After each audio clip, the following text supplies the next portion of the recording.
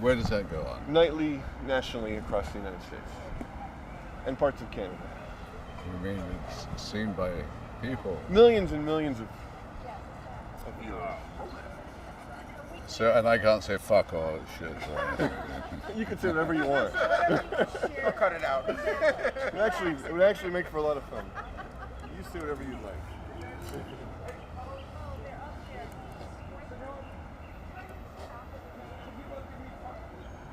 Yeah, fuck off. We're good? Okay. So first of all, talk about how this all happened. How were you first approached?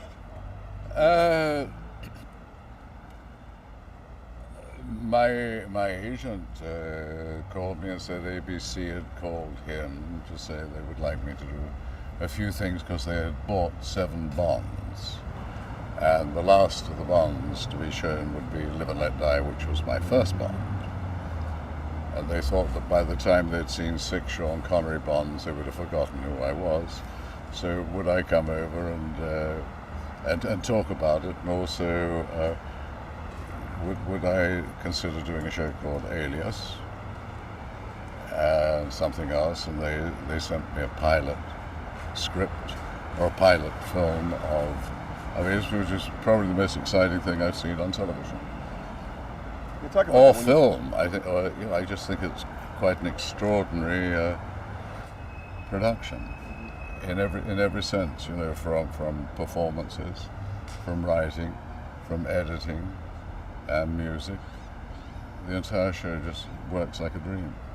In fact, I was asking Ron Rifkin this morning what time difference there was between making the pilot and being picked up, because I couldn't imagine that there would be more than one day that they would not see the pilot and say, oh my God, we will go with this show. It's terrific. And to be here, talk about this experience now, what it's like to actually be part of it. What's this day has been like for you, or the whole experience? Well, this is the first time I've worked with Ron Rifkin. He's a splendid actor. Frightened the hell out of me when he looked at me as though he's going to kill me. I believe he will. I'm going to watch what I eat for lunch. What can you tell us about the gentleman you play? He is... Well, scripts often say what people are, but it's never said, in actual fact, on the screen. It says that I was head of MI6, and that I'm Lord Poole. I've been elevated to the peerage. But I don't think it's ever mentioned in the screenplay who I am. I'm just an English gentleman who is dealing in high finance.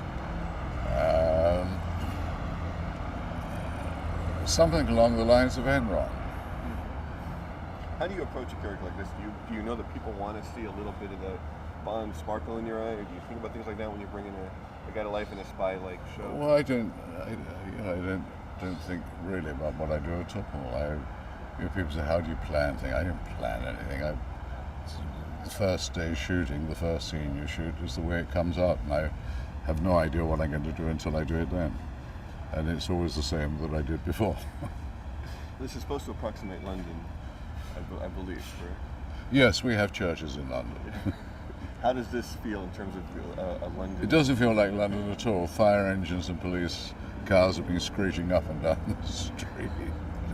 And I mean, we're surrounded by palm trees and removal trucks. No, this is not like London, but it will look like London on the screen. I did 7 years of doing a series called The Saint, where we would shoot on the back lot in Elstree, and they would stick a rubber palm tree in front of my face, and on the screen it would say in black and white, Nassau, Bahamas. And even though it was pouring with rain, they said as long as it wasn't backlit, you wouldn't see the rain, despite the fact that my grey silk suit was turning dark green. What advice would you give these kind of young upstarts in a spy show after doing The Saint for so many years and Bond and so many other things? You know the genre so well. Any advice to make it work, or do you think they got it down? Well, I think they've got it taped. Talk about, you look so great. I just got to ask you, just what keeps you in such good shape and looking as good as you did back in the early Elastic bands, thick makeup. I've always led a very healthy life. Exercised on a reasonably regular basis. Not watch my diet that much. and I've never overindulged in anything, How happy are you with particularly acting. Well, this is everyone's looking at this kind of a rare appearance, a special appearance. Is this something that? How busy are you? Is this a special thing for you to come out? Well, no, it's no. To me, it's important to do things occasionally because, A, my bank manager smiles at me and opens the door for me to go in.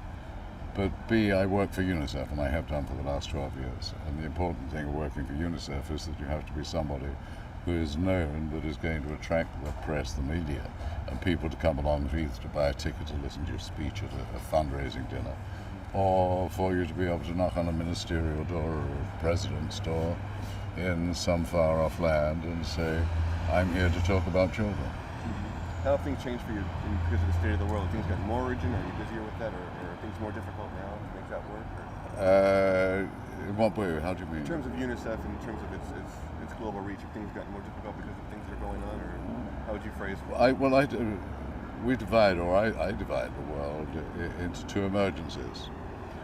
There is the silent emergency, which is there all the time, which A, is poverty, it's the lack of safe drinking water, it's health, it's making sure that children are immunized, it is iodine deficiency disorders, which nobody knows what I'm talking about, but this is the cause of coitus, stillbirth, cretinism, dwarfism, and a low mental IQ. It's a very serious problem affecting 1/5 of the world's population. I work with a service group called the Kiwanis, who pledged to raise $75 million to eliminate this. I've worked with the Rotary clubs who pledged to raise sufficient money to eliminate polio. And I have seen figures improve during the years that I've been working with UNICEF, from when I joined, when it was 40,000 children died a day, and today statistics tell us it's 35,000. But that is the silent emergency. The noisy emergency is the war. It is what went on in the Balkans. It's Afghanistan. They're calling me into work. They don't want me to talk about UNICEF anymore. I don't mind. I'm just very upset. I'm a weird person. We're doing good work, Dan. Good work. Thank you. I appreciate you. Thanks. Wasn't Brion getting paid off by Casino, was it? It was you. You doctored those photos. You manipulated the account. Arvin, you are upset. You've lost a friend. Our conversations were never recorded. We always talked on secure lines. You made sure that I met Brion in secret. You used me. I haven't the slightest idea what you're talking about. I will repay the favor.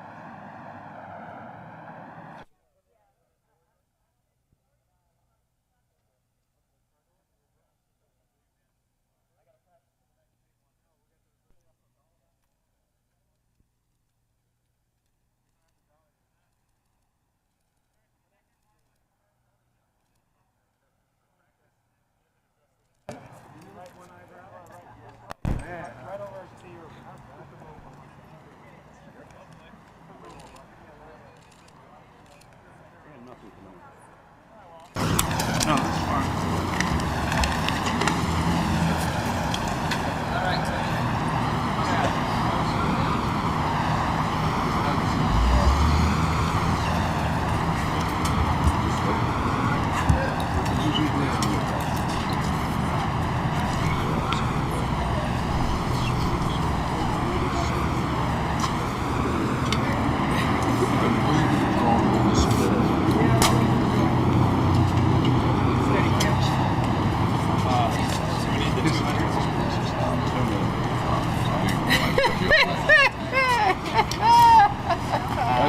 I've never had to get. I'm okay in about 20 minutes, just so you know.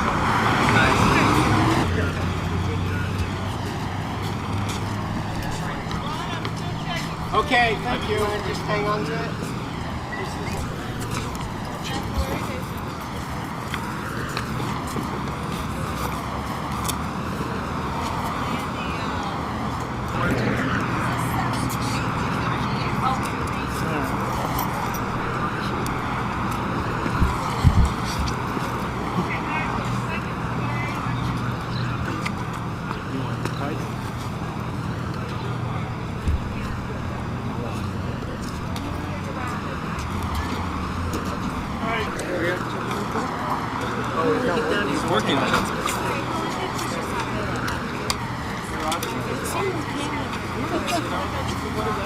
Right, right.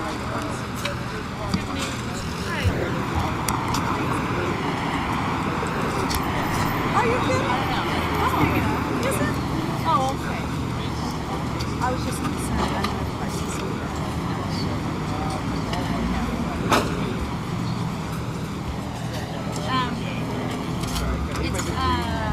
he's already Never came back. All right.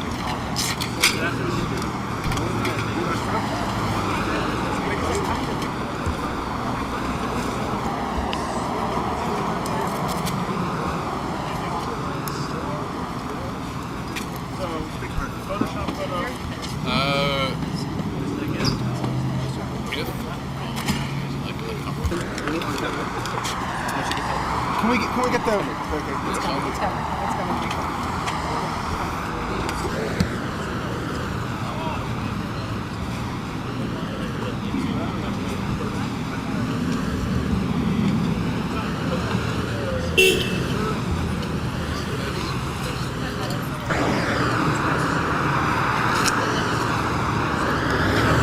Well, he's walking away. Hey, 12:30 is perfect. I'm not going to shoot that scene. Can we do this? When we wrap this location to the whole crew sing. Yeah. It's fine. As he's walking away. Baby, He's gonna have a nine. Probably Let's see what the cigar's gonna be. We're rolling. Garrett, can we see where your cigar is in the low position, sir? Guys, very quietly, pictures up. You got stop, Michael? 5 minutes and 30. 5, 6 minutes. Hey, boss, let's lock it up. Hey, Ross. Is he safe there? No. No? Oh, you are. Is it the leg in on this side? Yeah, it's in. It's in. Okay, wait. Yeah.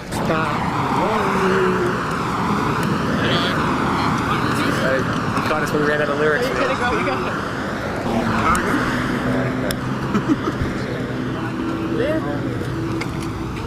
I'll do the horns. Okay, let's He also roll did sound. Take the money and run. They used it in our We're rolling. Speeding.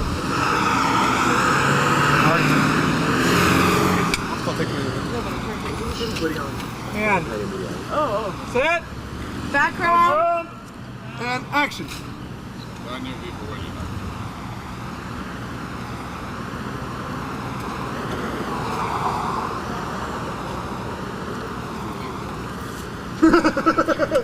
Cut. Hey, Dwayne. So not Davey C. Dwayne. Yeah, maybe if you hold it like that, Derek, is nicer. Keep the light on your face. That's great, thank you. And is Roger still settling in at the beginning of this? I think if he leans back, it would be nice. It'd be a nice. Oh, please. So as the cigar, he goes back.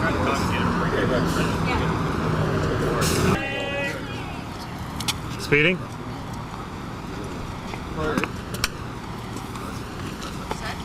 And set. Background. Action.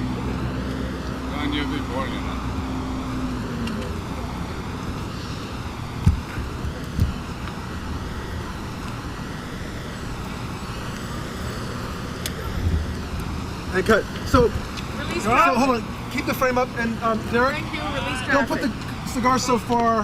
What? We'll go Put it again. down. Just a little bit towards the window, out and towards the window. There you It had go. to be out. It's too far. Too far, too far. Right there. Okay. Ready? Let's One more. lock up traffic.